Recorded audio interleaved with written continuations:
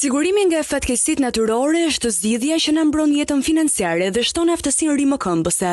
6 vjet pas një prej ngjarjeve më tragjike që ky vend përjetoi, do të duhej ta kishim edhe si orientim financiar. Më 26 nëntor 2019, toka u drodh me goditjen më të fortë të 5 dekadave. 51 jetë u humbën, 913 njerëz u plagosën, mbi 200.000 u prekën dhe dëmët arritën në 986 milion euro, sipas vlerësimeve zyrtare. Ajo që pakush e tha atëherë është se 86% e këtij dëmi ishin humbje private, shumica fatkeqësisht të pasiguruara.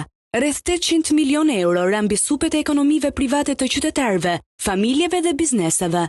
Ishte një goditje që tregoi se mungesa e sigurimit është një gabim shumë milionësh që i dobëson familjet shqiptare në momentet më të vështira.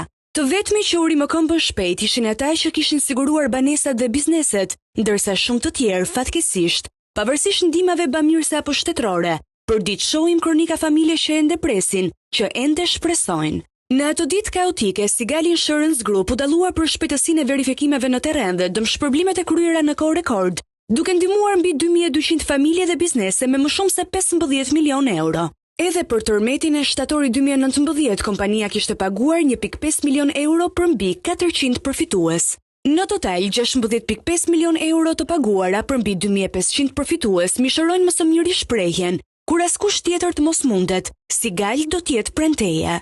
E megjithatë, edhe pse Shqipëria renditet çdo vit ndër vendet më të rrezikuara në Europë nga tërmetet, përmbytjet dhe zjarret, ne vazhdojmë të sigurojmë më pak se çdo popull tjetër në kontinent.